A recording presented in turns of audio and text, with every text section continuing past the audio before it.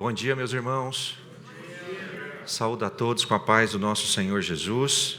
Meus irmãos, eu estou voltando aqui essa semana para a gente continuar o assunto que nós iniciamos na semana passada. Eu acho que tem que fazer uns ajustes no som aí, né?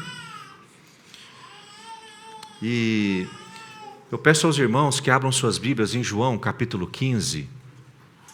Foi o mesmo versículo de introdução que nós usamos na última palavra, no último domingo. João capítulo 15, verso 16. Quem estava aqui na semana passada? Levante a mão, por favor. Ah, que bom. Mas eu vou dar uma resumida para quem não estava, para a gente não perder o fio. Todos acharam? Diz assim: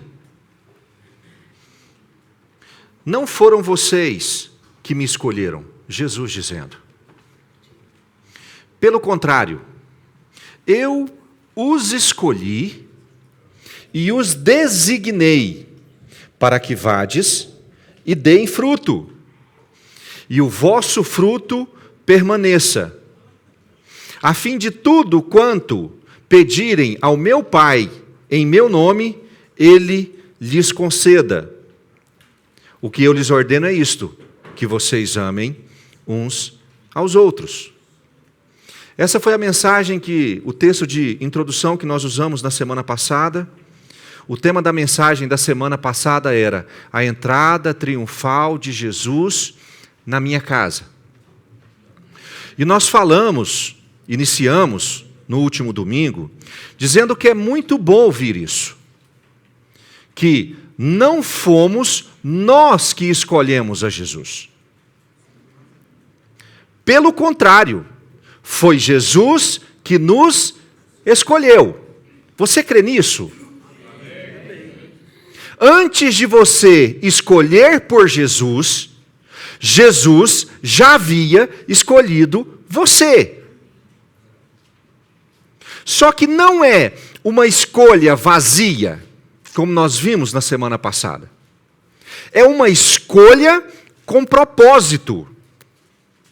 Não fostes vós que escolhestes a mim, pelo contrário, eu vos escolhi a vós outros, e vos designei para que vades e deis fruto.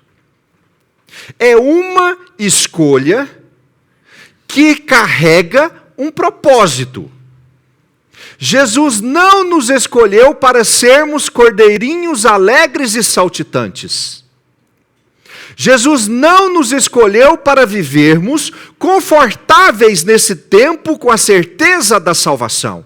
A escolha de Jesus pela sua vida, ela carrega um propósito. E qual que é o propósito? Dar fruto. Jesus escolheu a cada um de nós para que nós obtivéssemos a salvação através dele e para que nós fôssemos capazes de divulgar as boas novas da salvação. Em outras palavras, dar fruto. Jesus te escolheu para que você pudesse fazer fruto. Jesus foi bom na sua vida? Jesus é bom na sua vida? É, irmão? Mas deixa eu te falar uma coisa. Essa não é uma exclusividade sua. Ele quer que você entenda que Ele é bom e Ele quer que você transmita que Ele é bom. E nós falamos na semana passada sobre a célula ágape. Quem lembra? O que é a célula ágape?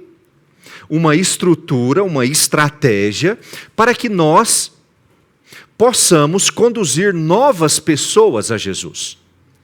E nós falamos aqui sobre essa estratégia de, pelo menos uma vez por mês, escolhermos uma pessoa que não conhece a Cristo e atraí-la para a nossa casa, para ela ouvir através de nós o quão Jesus é bom. Quem aqui conhece alguém que precisa de Jesus? Levante a mão, deixa eu ver. A estratégia é você escolher um dia nesse mês, levar essa pessoa para comer um lanche na sua casa e você aproveitar desse momento para você falar o quão Jesus é bom na sua vida. Você sabe como é que se chama isso em termos teológicos? Fazer fruto.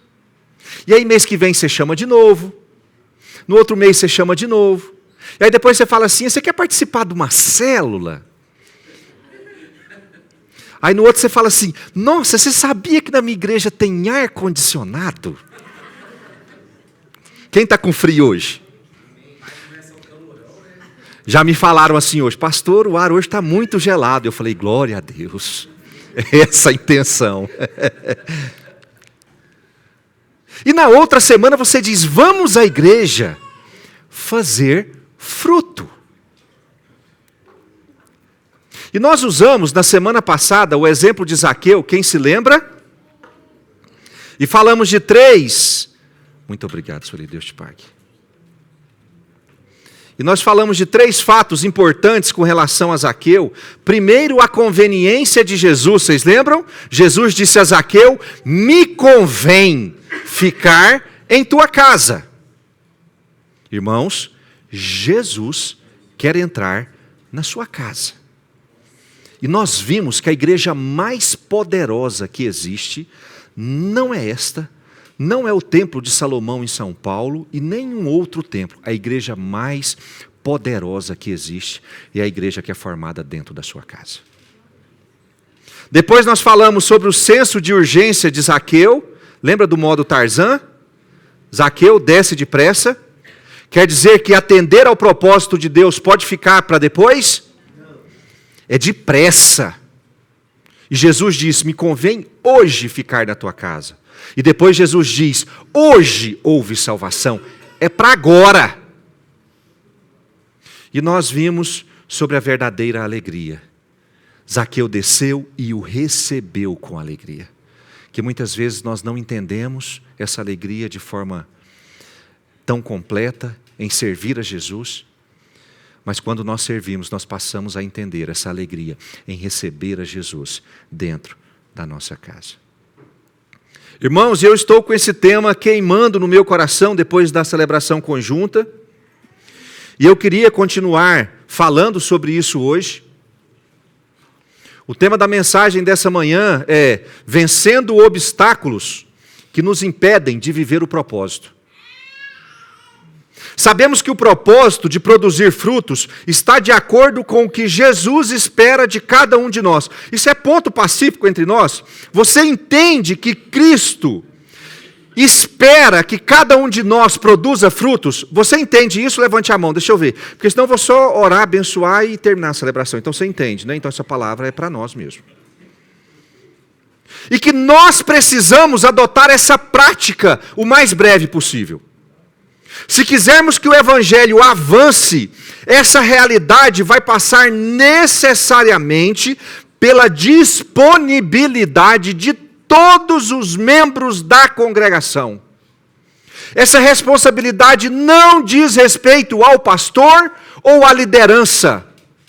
Essa responsabilidade de fazer discípulos diz respeito a todo aquele que foi escolhido por Jesus. Como diria um pastor famoso na atualidade, essa semana eu até compartilhei um Reels dele falando isso, ele diz assim, os maiores responsáveis, abre aspas, os maiores responsáveis por crescimento do evangelho na igreja são as ovelhas. Quem atrai ovelhas para a igreja são as próprias ovelhas. E ele termina dizendo, ovelha boa, ela dá cria. É um termo interessante, né? Ovelha boa, ela reproduz. Ou ela produz. Ovelha boa, no meu entendimento, fecha aspas, é aquela que passou da fase de ovelha e se enxerga na figura de um pastor cuidando de novas ovelhas. Irmão, aquele que pensa que vai ser ovelha para o resto da vida, prepare-se porque você vai esfriar na sua fé. Porque o crescimento natural que Deus quer é que nós sejamos ovelha, aprendamos, absorvamos e depois nos desenvolvamos. para cuidar de outras ovelhas. Quem pensa assim, eu vou ser um cordeirinho alegre para o resto da vida, se prepare, porque em qualquer momento você vai virar bode. Ovelha se desenvolve. É preciso que haja crescimento, amadurecimento do corpo de Cristo, a ponto que cada convertido seja discipulado e se torne um discipulador. E isso não diz respeito a dons. Isso diz respeito à comissão, e ela é universal. Fazei discípulos de todas as nações. Não diz respeito a ter dom para ministrar ou para pregar. A comissão de fazer discípulos, ela é universal. Até mudo faz discípulo sem falar, cego faz discípulo sem ver, surdo faz discípulo sem ouvir. Não diz respeito a dom natural, diz respeito a enxergar o propósito. Amém? Já que se trata de uma ordenança universal, ou seja, eu estou comissionado e você está comissionado, nós precisamos entender quais seriam os principais obstáculos que nos impedem de chegar à plena capacidade de fazer discípulos. O que é que está nos impedindo hoje? Quais são os obstáculos? Por isso eu separei um texto de uma passagem com Jesus, onde Jesus está tratando especificamente dessa questão discipular, para que a gente entenda, na cabeça dos discípulos daquela época, os obstáculos que eles tinham, e que para a gente possa refletir se esses obstáculos dos discípulos naquela época não são os obstáculos que estão me paralisando também. E aí eu vou pedir para vocês, nós vamos ler esse trecho em 2 evangelhos, porque trata-se da mesma história, mas cada uma tem o seu detalhe, que eu vou explorar, e eu vou explorar os 2. Primeiro está em Mateus 8, verso 18, por favor abram sua Bíblia, esse é o nosso primeiro texto principal, nosso texto base.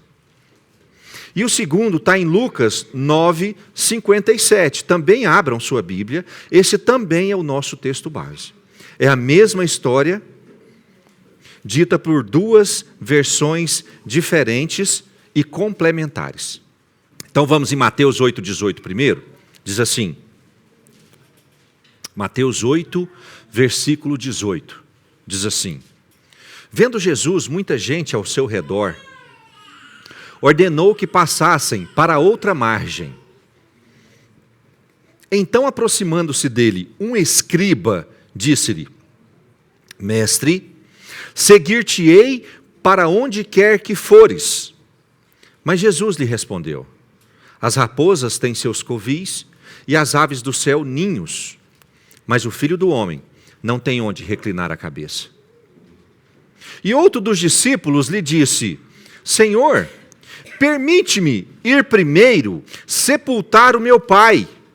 Replicou-lhe, porém, Jesus, segue-me e deixa aos mortos o sepultar os seus próprios mortos. Lucas 9, abram por favor. Lucas capítulo 9, verso 57. Acharam aí? Indo eles caminho fora, alguém lhe disse, seguir-te-ei para onde quer que fores. Mas Jesus lhe respondeu, as raposas têm seus covis e as aves do céu ninhos, mas o Filho do Homem não tem onde reclinar a cabeça. A outro disse Jesus, segue-me. A outro disse Jesus, segue-me. Ele, porém, respondeu, permite-me ir primeiro sepultar o meu pai. Mas Jesus insistiu, deixa aos mortos o sepultar os seus próprios mortos. Tu, porém, vai e prega o reino de Deus. Outro lhe disse, aqui já tem um terceiro, seguir-te-ei, Senhor, mas deixa-me primeiro despedir-me dos de casa. Mas Jesus lhe replicou, ninguém que tendo posto a mão no arado, olha para trás, é apto para o reino de Deus. Desse trecho, desse momento com Jesus, eu quero explorar 3 obstáculos que dificultam o processo de transformação de uma ovelha num pastor, ou de um discípulo num discipulador, ou de um crente sem propósito num crente que entendeu que foi escolhido e que deseja cumprir o propósito para o qual foi chamado. São 3 obstáculos que eu encontro nesse texto. A incapacidade de renunciar. O segundo, a procrastinação. E o terceiro, a ligação com o passado. 3 obstáculos que vão dificultar que um escolhido de Jesus cumpra o seu propósito. E nós temos 3 pessoas diferentes nessa história, nessa passagem de Jesus, que foram provados. Qual que é o título desse texto? Qual que é o título do texto? Ou de Mateus ou de Lucas, o título é o mesmo? Quão difícil é seguir Jesus? Tem outro. Jesus põe à prova os que querem segui-lo. E eu entendo que esses 3 obstáculos impediram que esses 3 homens cumprissem o seu propósito. Jesus os escolheu, eles foram escolhidos por Jesus. Eles ouviram de Jesus, eles seguiam a Jesus. Mas quando foram desafiados a ir para o próximo nível, o desafio foi maior do que a sua capacidade de atender. Tanto que a gente não ouve falar mais nenhum dos 3 pela passagem adiante. Aliás, gente, a gente não tem resposta se eles disseram sim ou não. A maioria dos teólogos considera que eles foram reprovados porque Jesus não traz a história seguinte deles. Então, por isso que nós consideramos que eles foram reprovados. Primeiro obstáculo, Mateus 8,19. Vocês estão com ele aberto aí ainda? Diz assim: então, aproximando-se dele um escriba, disse-lhe: mestre, seguir-te-ei para onde quer que fores. Gente, ele estava motivado. Rapaz! Seguir-te-ei para onde quer que fores. Ele está dizendo para Jesus assim: estou contigo e não abro. Tá falando isso?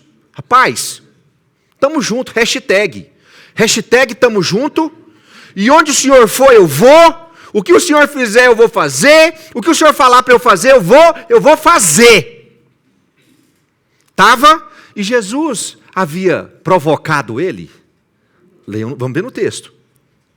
Aproximando-se dele, um escriba disse, Jesus estava lá quietinho. Ele provocou a Jesus: mestre, seguir-te-ei para onde quer que fores. Mas Jesus lhe respondeu: as raposas têm seus covis e as aves do céu ninhos, mas o Filho do Homem não tem onde reclinar a cabeça. A posição desse homem ela é importante para nós, porque a Bíblia diz que ele era um escriba. E nós precisamos entender, o pastor Daniel já falou sobre isso aqui, inclusive, da rejeição que os escribas tinham com relação a Jesus. Os próprios escribas tinham seus discípulos. Eles eram a classe acadêmica daquela época. Entendiam da lei, ensinavam a lei, eles tinham seguidores. E havia uma resistência muito grande dos escribas com relação a Jesus. Primeiro, porque Jesus não havia feito nenhuma escola com nenhum escriba, então ele não havia participado da escola judaica. E segundo, porque Jesus combatia muitas vezes o que os escribas ensinavam. Então havia uma resistência muito grande. E esse escriba, ele já havia passado dessa fase da resistência. Ele havia cedido ao ensinamento de Jesus. Tanto que ele chega perto de Jesus e chama Jesus de quê? Mestre. Então essa fase da resistência, ele já havia vencido. E aí ele estando empolgado, porque ele havia visto, ouvido Jesus, então ele estava motivado, ele estava empolgado com a figura de Jesus. Ele chega perto de Jesus e fala: onde o Senhor for, eu vou.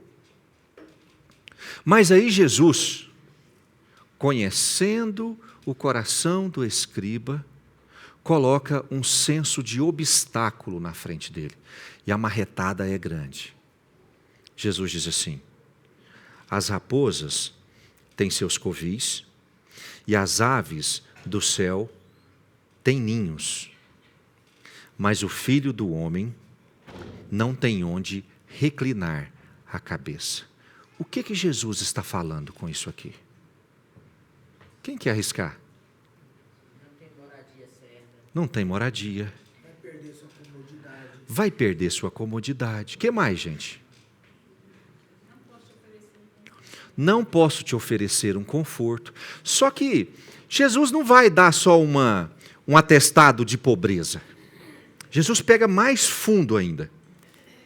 Jesus diz que a condição dele é inferior à condição de um animal. Isso para um escriba.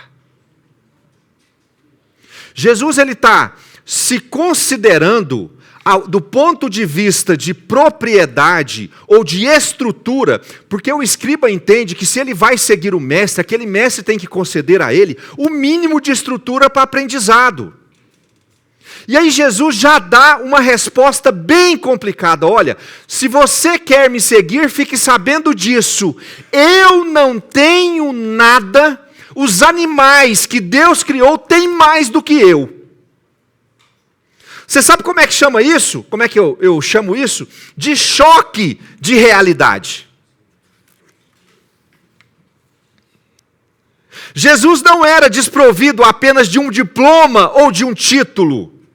Jesus era desprovido de tudo. Ele não tinha nada para oferecer como estrutura àquele escriba. E Jesus compara a sua situação a um animal. As raposas têm seus covis e as aves do céu ninhos. Ou seja, os animais estão numa posição melhor do que eu. Diante dessa afirmação, o escriba se calou. Cadê a motivação? Hashtag. Tamo junto. E como o título faz menção a uma prova, nós cremos que o escriba foi reprovado. Havia o desejo, mas ao vislumbrar o tamanho do compromisso e do que ele precisaria abrir mão, o escriba não foi mais mencionado como discípulo de Cristo. Nós precisamos entender que um servo de Cristo precisa ter como característica mais básica uma gigantesca capacidade de renunciar. Repita comigo. Gigantesca capacidade de renunciar. Aquele que é incapaz de renunciar não pode ser discípulo de Jesus. Eu fico pensando, na hora que o escriba recebeu esse desafio, ou ele recebeu esse obstáculo, quem aqui tem travesseiro de estimação? Deixa eu ver. Quando viaja, leva ele. Quem aqui tem travesseiro que dá nome? Repreende que é espírito maligno. Eu fico imaginando o escriba, a hora que ele recebeu aquele obstáculo, você sabe o que ele lembrou? Da caminha dele lá na casa dele. Gente, lá de noite, vocês não fazem ideia o frio que faz. Eu fico pensando no escriba, pensando naquela coberta de couro de ovelha, no quartinho dele quentinho, na lareira. Eu fico... No chocolatinho quente. Eu fico pensando que o escriba pensou, nossa, mas eu tenho lenha para o mês inteiro, para me esquentar. E diante dessa ligação com a estrutura que o cercava, ele foi incapaz de renunciar àquilo que ele tinha para seguir a Jesus, porque o que Jesus tinha a oferecer como estrutura era nada. Quando Jesus chama os outros discípulos, Pedro, Tiago, João e todos os outros, irmãos, eles simplesmente deixam tudo para trás e seguem a Jesus com um altíssimo senso de renúncia. Deixam esposa, deixam familiares, deixam a casa, porque eles entenderam que foram escolhidos por Jesus e que precisavam cumprir o propósito. E eles entenderam que para cumprir esse propósito precisaria haver renúncia.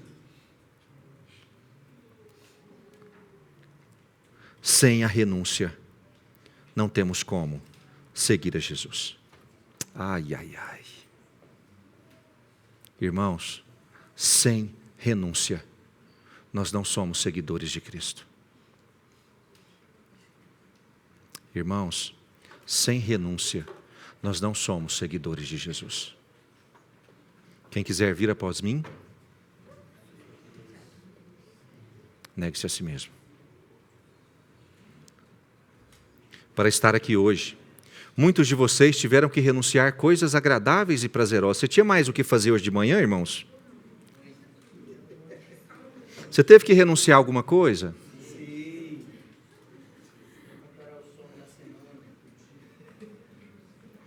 Para seguir a Jesus com disponibilidade como discípulo, a renúncia exigida a cada um de nós, ela vai ser constante e cada vez maior. Irmãos, vocês estão prontos para renunciar o que for preciso para cumprir o propósito que Deus tem para vocês? Isso é uma pergunta retórica. Não responda.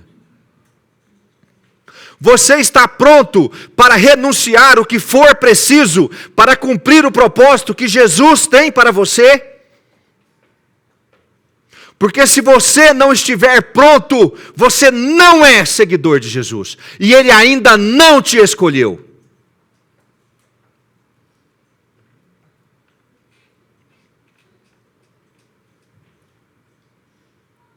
Você está preparado para renunciar o seu tão precioso tempo? Gente, tempo hoje para nós é algo precioso. Muito precioso. Se você quer seguir a Jesus e não quer renunciar o seu tempo, as suas obrigações, você não é seguidor de Jesus. Você vai ter que renunciar à sua privacidade.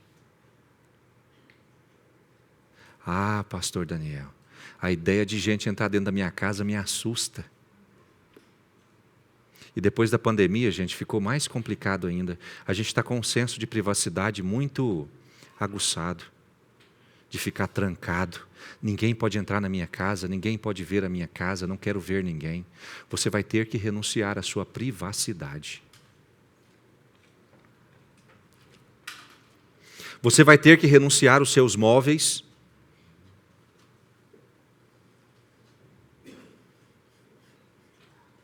Ah, pastor, mas se eu chamar um casal para poder participar da célula Ágape, vai gastar o meu sofá, o meu carpete, a minha louça. Lembra da história do Gilmar?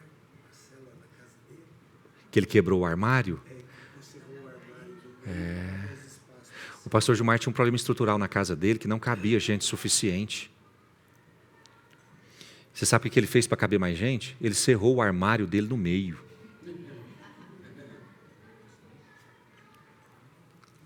Quando eu morava aqui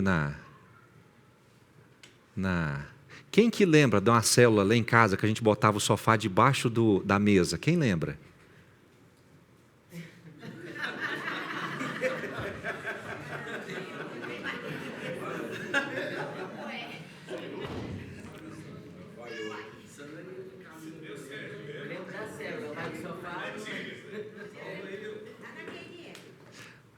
No apartamento do Jailson e da Roseli.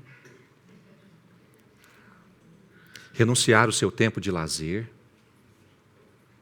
Ah, pastor, mas sai um episódio novo do dorama todo dia. Como que eu vou perder o episódio do dorama?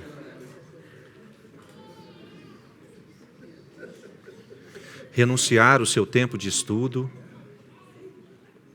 Renunciar o seu dinheiro. Renunciar o tempo com seus familiares. Irmãos, sem renúncia não há seguidor. Se você não está disposto a renunciar, você não está pronto para segui-lo. Nós precisamos aprender a renunciar das nossas estruturas para cumprir o nosso propósito diante do Senhor. Renuncie. Se você quer continuar sendo uma ovelha, você vai crescer até virar bode, se não cumprir o seu propósito. Para de se agarrar às suas estruturas. Para de ficar pensando no seu travesseiro, na sua casa.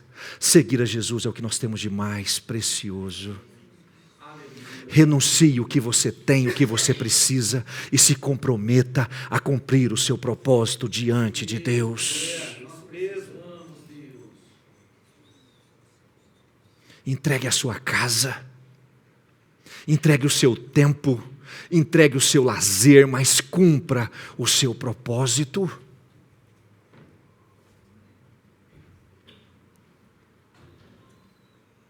Aqueles que são incapazes de renunciar,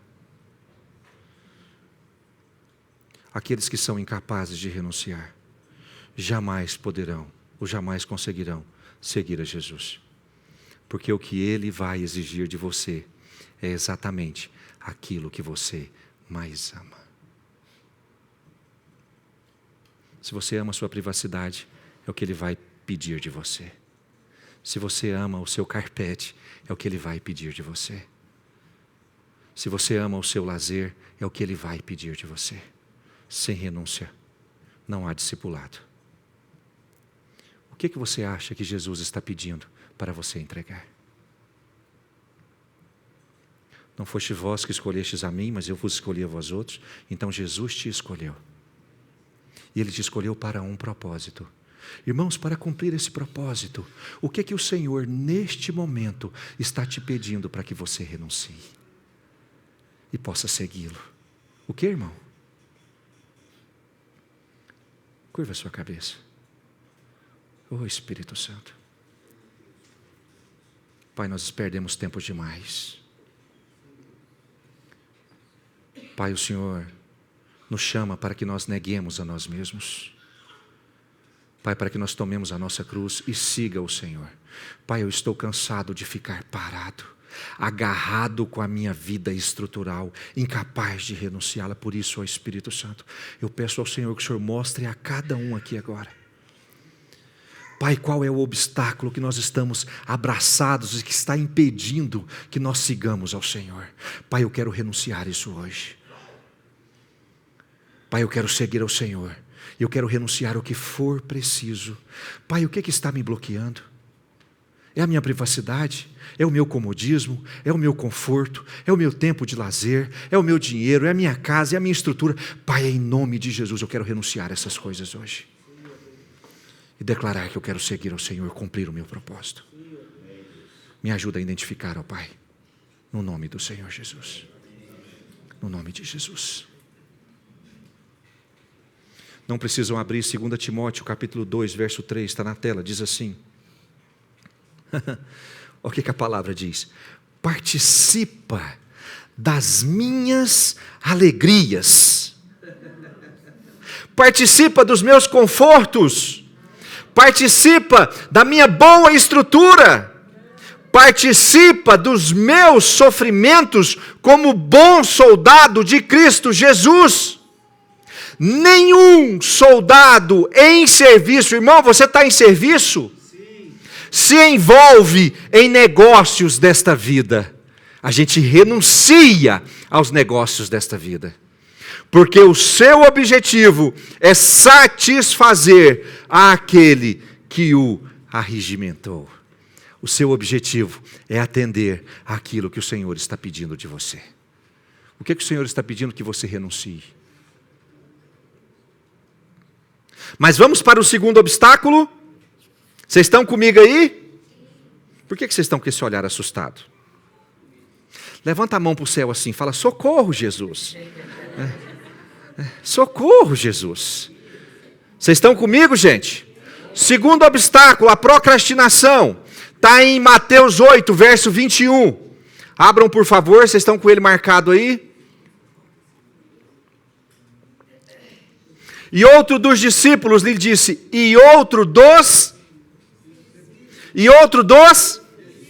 aquele discípulo é aquele que já tinha ouvido, aquele que já tinha entendido e aquele que já seguia a Jesus.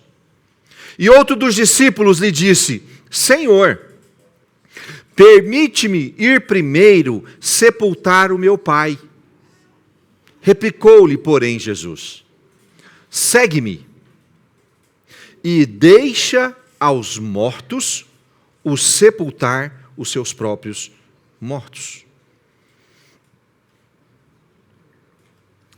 Meus irmãos, essa justificativa desse discípulo para Jesus, ela é lícita.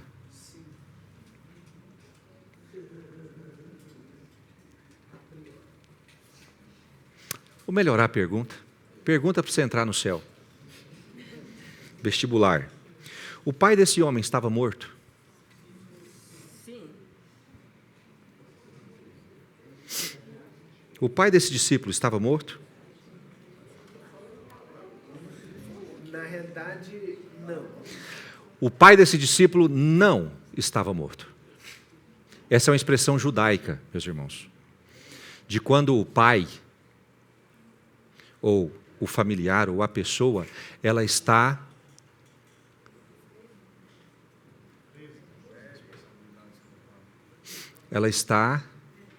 no leito de morte. Vou usar um termo menos chulo, mas o que eu queria falar era outra coisa. Ou seja, está moribundo. Está no momento em que ele pode morrer a qualquer momento. Nessa época específica, onde o familiar já está desenganado, ou seja, ele está só esperando a morte, principalmente naquela época, onde os recursos eram muito poucos. Então, quando a pessoa ela pranchava, é porque ela já estava em fase terminal. Esse é o termo científico correto. Fase terminal. Aí o que o judeu faz? Ele paralisa as suas obrigações e vai acompanhar o familiar que está moribundo, cuidando do que ele precisa. E principalmente, gente, na cultura judaica, com relação aos pais, principalmente no que diz respeito à divisão da herança. A família chega, porque o pai está morrendo, e depois que o pai morrer, naquela época os recursos jurídicos não eram não havia cartório de registro de imóveis, não havia nada disso. Então, como é que se separava a herança naquela época? Você deveria estar presente na hora da morte, morreu, você já dividia o espólio. Ou seja, quem estava ali recebia do espólio. E quem não estava ali ficava sem receber o espólio. Então, quando o judeu falava, preciso sepultar o meu pai, é porque o pai está vivo. Agora, irmãos, quanto tempo o pai demoraria para morrer? Vocês viram a morte do Silvio Santos ontem? Uma pena, né, gente? Eu gostava muito do Silvio Santos. O Silvio Santos, ele é descendente de judeu e se dizia judeu. Vocês viram que ele pediu um sepultamento judeu? Sepultamento judeu não tem velório. Sepultamento judeu é enterro. É o que eles vão fazer com ele. Só que o Silvio Santos já entrou nessa fase uma fase terminal no começo do mês. E ele demorou cerca de 15 dias para falecer. Mais ou menos 2 semanas. Se a família judaica paralisaria tudo e ia ajudar aquele que estava morrendo. Mas só que eles diriam, preciso sepultar o meu pai. Só que demorou quanto tempo, gente? 15 dias, mais ou menos. Pode demorar mais? Pode demorar menos? Se for, por exemplo, igual a Dercy Gonçalves, Está moribunda, vai morrer. 3 anos esperando a mulher morrer. O que esse discípulo está pedindo para Jesus é tempo. Moribundo, não é, gente? Né? E já está há quantos anos? Acho que fez 10 agora, né? 10 anos que ele vem nessa luta para mantê-lo vivo. Se Jesus ficasse esperando o pai dele, não, vai lá. Vai lá enterrar seu pai e eu vou aqui ficar te esperando. Jesus teria cumprido o ministério dele e o pai do homem poderia não ter morrido ainda. Aquele discípulo quis esperar que uma situação se resolvesse. Não, Jesus, deixa essa situação se resolver e depois que ela se resolver, eu vou e sigo o Senhor. Pedindo a Jesus um tempo.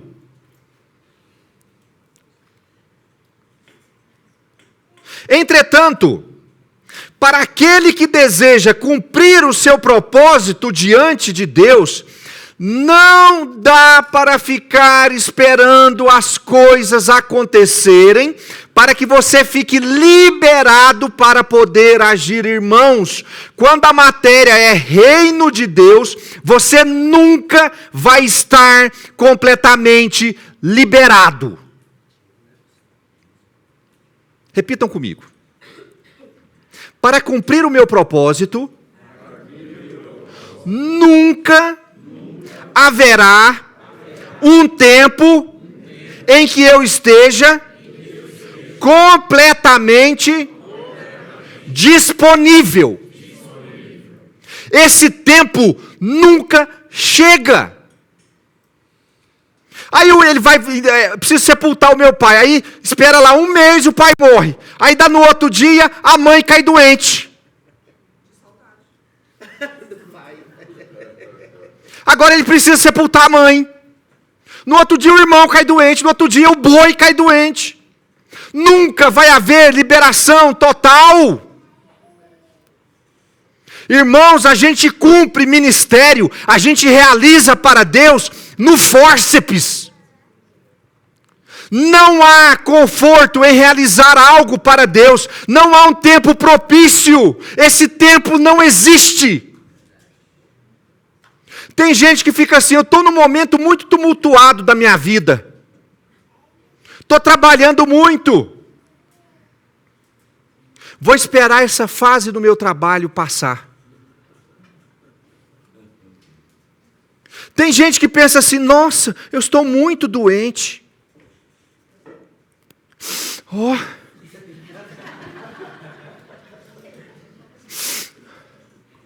Vou esperar eu estar bem de saúde para servir a Jesus. Tem gente que pensa, nossa, eu estou muito apertado financeiramente. Vou esperar a situação melhorar para eu servir a Jesus. Irmãos, o momento propício para servir a Jesus é agora, independente do momento que você esteja passando. Posso ouvir um amém aí? Amém. Jesus disse para Zaqueu, hoje, Jesus disse para Zaqueu, depressa. Irmãos, para cumprir o propósito, nós precisamos agir agora. Não existe justificativa na sua vida celular que seja mais importante do que o seu propósito diante de Deus. Então deixa eu ser bem maldoso com a sua justificativa. Deixa eu ser bem sensível com a sua justificativa. O que você está justificando para não cumprir o seu propósito não tem valor algum. Você sabe o que tem valor? É você seguir o seu propósito diante do Senhor, independente de como você está, independente do momento que você está passando. Eu gosto muito de Jesus falar, deixa os mortos enterrar seus próprios mortos. Ele precisava escolher se ele era alguém morto ou se era alguém vivo. Irmão, você está morto para o seu propósito ou você está vivo para o seu propósito? Porque se você está vivo para o seu propósito, não tem nada neste mundo que te impeça de realizá-lo. Nada. Não há justificativa plausível. Ah, pastor, mas eu trabalho até 10 horas da noite. Eu começo 7 da manhã e trabalho até 10 da noite. No sábado você faz o quê? Aliás, irmão, tem uns irmãos que é animado fazer célula 3 da manhã, a rocha. Você faz o que no domingo à tarde? Você faz o que no sábado à noite? Você faz o que de madrugada? Não, pastor, eu estou muito sem tempo, então eu vou fazer o seguinte, na hora que eu aposentar, eu vou estar exclusivamente para Deus, mas agora eu não posso. Então, quando eu aposentar, você pode contar comigo 100%. Você sabe o que vai acontecer depois que aposentar?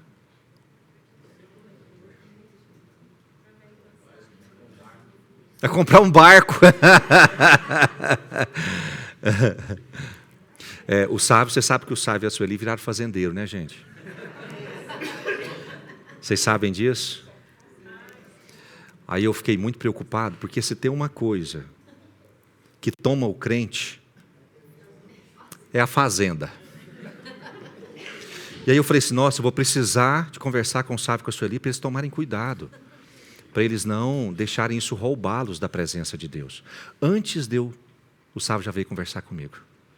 Pastor, nós adquirimos a propriedade para servir ao Senhor e nós não vamos permitir que as obrigações lá nos tirem daqui. Lá tem coisa para fazer hoje? Quer alguns ajudantes? Tem coisa para fazer hoje? Tem coisa para fazer hoje, mas tem algo muito mais importante que diz respeito àquele que está vivo. Eu preciso cumprir o meu propósito diante do Senhor, e por isso eles estão aqui. Eu sei que você tem muitas justificativas, mas diante da maravilhosa comissão do Senhor, nada justifica. Mesmo plausível, permita-me primeiro enterrar meu pai. Não há justificativa. Não há justificativa. Em Lucas, nesse mesmo trecho, Jesus diz, tu vai e prega. Jesus diz para esse homem, tu vai e prega. Ele não está falando, tu vai e pregará. Ele não diz para o homem, futuramente nós faremos isso. Ele usa o tempo presente. É agora. O momento é agora. Precisa ser realizado agora. Exemplos mais comuns.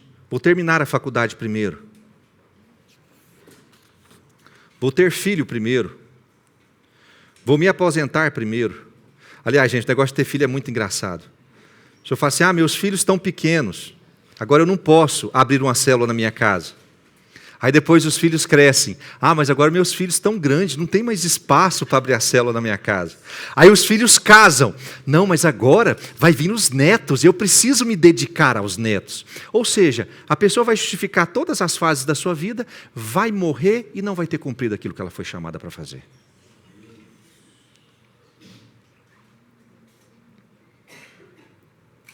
Eu preciso mudar de casa. Eu preciso primeiro mudar de emprego. Eu preciso primeiro mudar de função, mudar de setor. Tantas justificativas, nenhuma delas é mais importante do que seu chamado diante do Senhor. Está na tela, Lucas 12, 31. Muito conhecido, a gente precisa entender a profundidade desse texto. Buscai.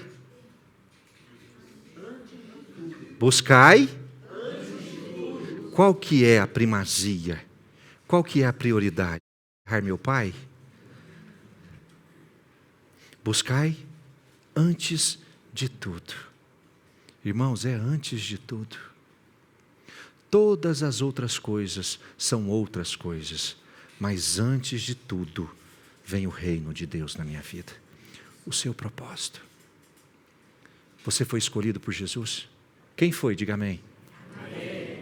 Então busque, antes de tudo, o teu reino e a tua justiça, e todas as demais coisas vos serão acrescentadas. Amém, irmãos? Amém. Buscai quando? Antes de tudo. E o último obstáculo, a ligação com o passado, Lucas capítulo 9, verso 61. Vocês estão com ele aberto aí? Lucas 9, 61. Diz assim: outro discípulo lhe disse, não foi Jesus que provocou. Esses discípulos caçam também, né? Fica experimentando Jesus. Outro discípulo disse a Jesus: seguir-te-ei, Senhor. Ai, ser discípulo bom assim lá longe, hein? Por conta própria, seguir-te-ei, Senhor. Mas deixa-me primeiro despedir-me dos de casa. Mas Jesus lhe replicou: ninguém que, tendo posto a mão no arado, olha para trás, é apto para o reino de Deus. Este seguidor justificou sua indisponibilidade com uma justificativa interessante. A ligação familiar. É lícito, gente, o que ele falou. Deixa eu falar tchau para minha mãe. É isso que ele está dizendo. Deixa eu falar tchau para meu pai. Senhor, deixa primeiro eu ir lá dar um abraço nos meus irmãos. É lícito, gente. Tendo visto e ouvido a Jesus, uma nova visão de vida deve ter se revelado àquele discípulo. Tanto que nasce dele essa vontade: eu quero te seguir. Havia uma chama que foi acesa dentro do coração dele. Jesus, eu quero te seguir, eu vou te seguir. Ele ouviu alguma coisa que mexeu com ele. Entretanto, nós temos aqui uma competição, que é a visão da sua velha vida, falando na mesma proporção da vida que ele havia acabado de receber. Aqui nós temos uma disputa no coração daquele discípulo. Primeiro ele recebe uma visão, como todos nós recebemos. Jesus é maravilhoso, Jesus transforma, Jesus muda, Jesus cura e principalmente Jesus salva. Se você não tem Jesus, você vai para o inferno. Jesus te deu a salvação e a vida eterna. Nós temos essa ideia maravilhosa. Mas em contrapartida que ele tinha essa ideia, havia também a visão daqueles que ele deixava em casa. E elas estavam em mesmo pé de igualdade. Então a nova vida que aquele homem havia recebido, ela lutava dentro dele com a vida que ele vivia antes de Jesus. Por favor, deixa eu estar com meu pai e com a minha mãe. A vida que ele tinha antes de Jesus. Sabe quantos anos aquele homem havia estado com o pai e com a mãe antes? E aquele estar com o pai e com a mãe pesava na mesma proporção. Ele sentia no coração um aperto muito grande por aquele ambiente familiar. Ele queria aquele ambiente familiar e ao mesmo tempo ele queria seguir a Jesus. A ligação maior se apresentava com o que havia ficado para trás, mais do que o que havia a ser feito pela frente. A ligação dele com o seu passado era mais urgente, mais necessária do que a sua ligação para com o futuro. A ponto de, quando ele ser instado a seguir a Jesus, ele considerar: não, primeiro eu preciso visitar o meu passado, para depois eu viver o futuro. A ligação maior se apresentava com o que havia ficado para trás, mais do que o que havia a ser feito pela frente. Uma dualidade perigosa, e que destrói a capacidade de cumprir o propósito de muitos escolhidos de Jesus. Irmãos, a ligação com a velha vida, ela destrói a capacidade dos escolhidos de Jesus de viver a nova vida. Todos nós temos uma história. Algumas histórias aqui muito vergonhosas, por sinal. A minha história é uma vergonha antes de Jesus. E a todo tempo, essa história vai apresentar uma dualidade. Porque Deus te deu um novo horizonte, um novo caminho, um novo futuro. E a todo tempo você vai se sentir atraído pelo velho, por aquilo que você sempre viveu, por aquilo que você sempre aproveitou. E essa dualidade ela vai te seguir sempre. Uma dualidade perigosa e que destrói. A resposta de Jesus evidencia muito mais do que uma simples despedida. Não diz respeito à despedida ou descasa. Mostra que aquele homem havia reconhecido o novo, mas não conseguia se desprender do velho. A resposta de Jesus é linda. Ninguém que, tendo posto a mão no arado, faz o quê? Olha para trás. É apto para o reino. Precisamos estar prontos para romper com os velhos hábitos, velhos dogmas, velhas estruturas, velhos compromissos. Precisamos estar prontos para romper. Por favor, olhe para mim. Precisamos estar prontos para romper com velhos hábitos, velhos dogmas, velhas estruturas e velhos compromissos.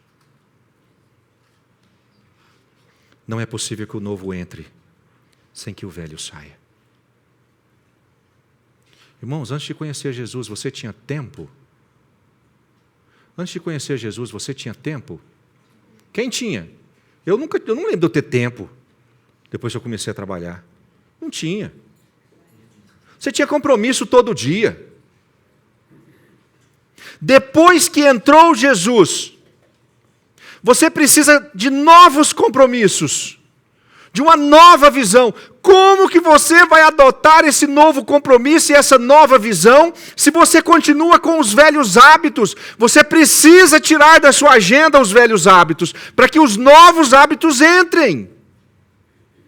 Não tem como o novo entrar se o velho não sair.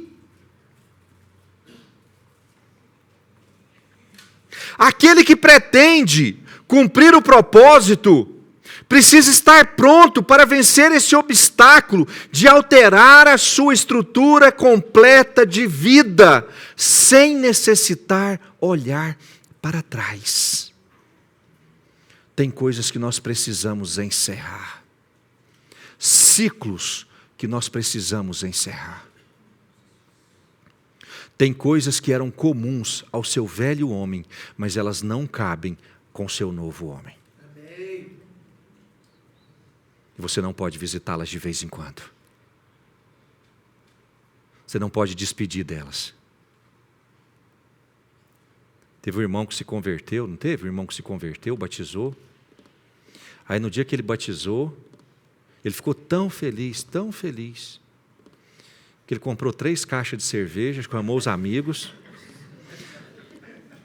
fez uma festa de arromba. No final da noite ele brigou com a esposa, bêbado, saiu de casa. Ou seja, gente, é o novo querendo visitar o velho. Não cabe. Tem gente que quer muito viver o propósito, mas mantendo a mesma estrutura. Deixa eu falar uma coisa para você.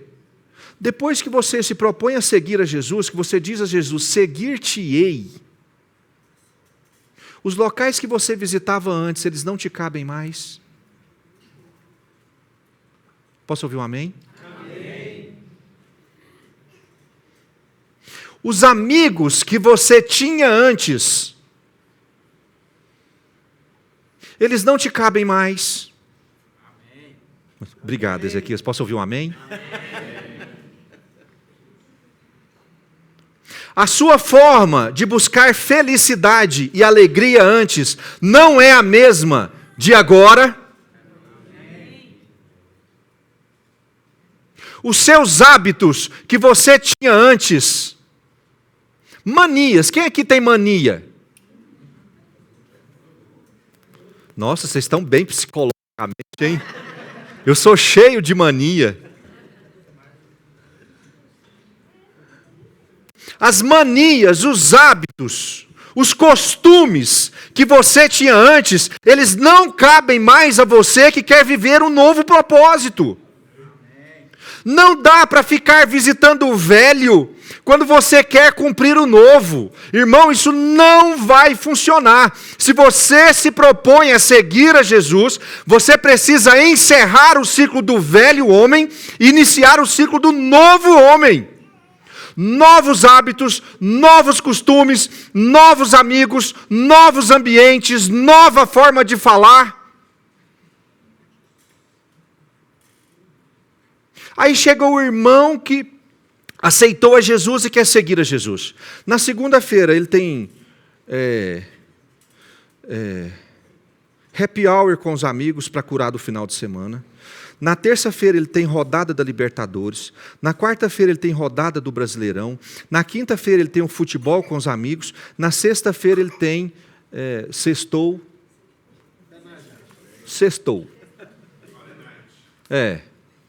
E aí o irmão aceita a Jesus e está com essa lista de compromissos. Ele, depois de seguir a Jesus, ele quer manter essa mesma lista de compromissos, irmãos. O novo homem exige novos hábitos, novos compromissos, novos amigos, novas estruturas, novos momentos. Se você quer seguir o propósito, se você quer atender ao propósito, se você foi escolhido por Jesus, você precisa deixar o novo entrar.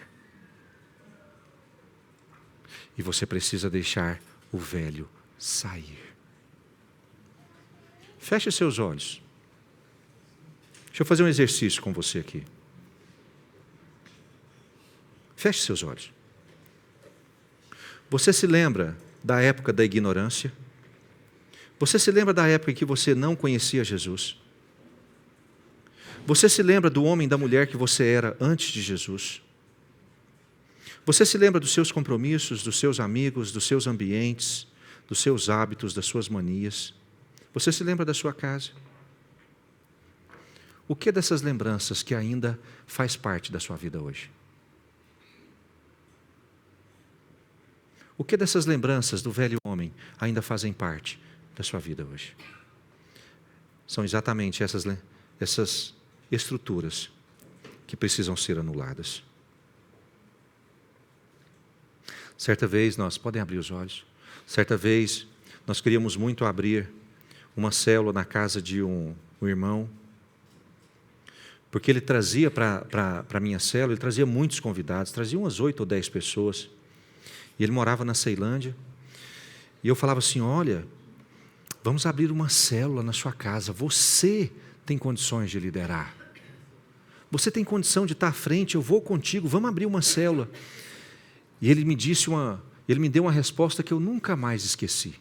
Ele disse assim, pastor, essas pessoas que eu trago para a célula, elas conhecem todo o meu passado, elas sabem quem eu era, elas sabem o que eu fazia, elas sabem o tipo de homem que eu costumava ser. E o Senhor quer que eu traga essas pessoas para dentro da minha casa para falar de Jesus para elas? Eu não tenho essa coragem. A consciência dele visitava o seu passado e o impedia de enxergar o seu futuro. Ele só enxergava o que havia ficado para trás. Só vive o propósito quem é capaz de enxergar para frente. Irmão, para de olhar para trás. Quem olha para trás não é apto para o reino de Deus. Não olhe para trás. Continue avançando. Continue avançando. Você recebeu a Jesus na sua vida, tem vergonha do que fez no seu passado? Isso ficou para trás, não visite mais. A Bíblia diz que as coisas velhas já se passaram e tudo se fez novo. Tudo se fez novo. Apocalipse capítulo 21, verso 5, eu adoro esse versículo, está na tela. Diz assim, e aquele que está sentado no trono, ou seja, aquele que tem o poder, a autoridade, a soberania sobre todas as coisas, ele disse, eis que faço novas todas as coisas. Todas as coisas, ele faz novas todas as coisas. Eu quero viver o novo de Jesus para a minha vida. Abandonar definitivamente o passado, ele não vai ser obstáculo para eu cumprir o meu propósito. O meu passado ficou para trás, as coisas velhas já se passaram, e eu quero estar pronto para o novo de Jesus na minha vida. seguir-te-ei, seguir-te-ei, sem olhar para trás. 2 Coríntios capítulo 5, verso 15. Diz assim: e ele morreu. Ele quem, gente? Quem morreu? Jesus. E Jesus morreu por todos, para os que vivem, não vivam mais para si mesmos, sem obstáculos, mas para aquele que por eles morreu e ressuscitou. Irmãos, nós somos uma igreja com propósito. Nós não fomos escolhidos para sermos cordeirinhos alegres. Nós fomos escolhidos para viver por aquele que por nós morreu e ressuscitou. Posso ouvir um amém? Amém.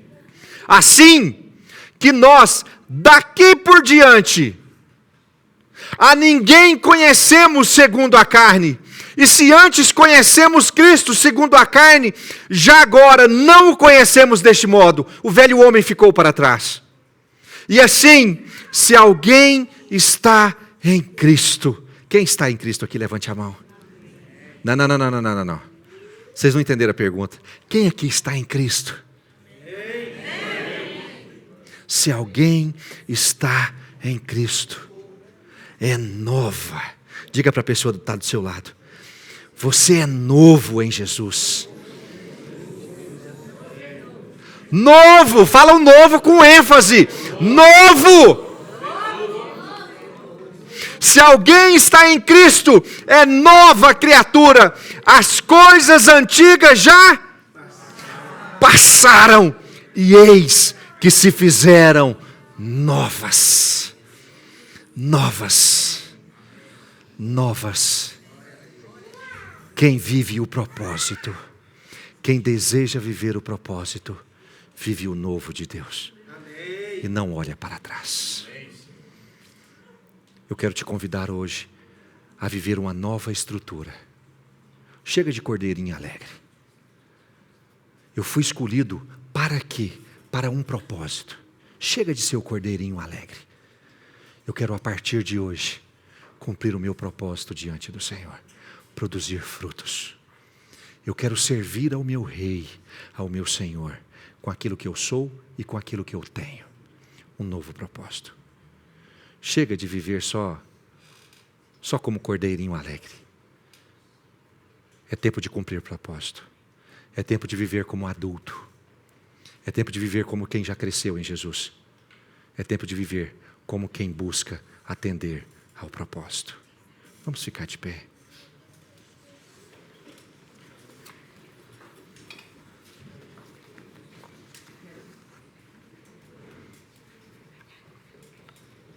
Nós começamos essa mensagem na semana passada dizendo sobre a entrada triunfal de Jesus na minha casa, sobre nós usarmos a nossa casa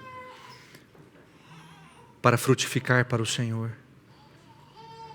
Nós vimos hoje os obstáculos para que isso aconteça. E eu queria que você colocasse diante do Senhor esses obstáculos. Irmão, Jesus quer entrar na sua casa, me convém ficar na tua casa. Jesus quer entrar. Se algum desses obstáculos é realidade na sua vida, a incapacidade de renunciar, você não consegue renunciar à sua estrutura, a procrastinação, deixar para depois, fazer outras coisas antes de servir a Jesus,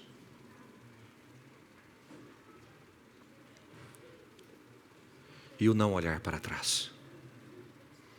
Deixar o novo entrar. Se algum desses obstáculos tem sido realidade na sua vida, eu quero te incentivar hoje a você clamar ao Senhor. Irmão, o Senhor quer fazer novas todas as coisas. Deixa Ele fazer isso no seu coração. Deixa Ele fazer isso na sua vida. Tem propósitos aqui maravilhosos que estão absolutamente paralisados. Parados, estacionados. E o Senhor quer dar um novo início nesse propósito nessa manhã. Irmão, para você que tem vivido apenas como alguém que recebe de Jesus e esqueceu do propósito, eu quero te incentivar hoje a você buscar o novo de Deus na sua vida. Deus está nos convidando a viver o propósito. Não tem nada mais importante. Não tem nada mais valioso. Você pode me enumerar uma infinitude de coisas que para você são valiosas. Nenhuma delas vai ser eterna. O eterno de Deus na sua vida diz respeito ao seu propósito. É o único que é eterno. Então permita que o novo de Deus se inicie na sua vida hoje. Anjos te louvam, os anciãos se prostram.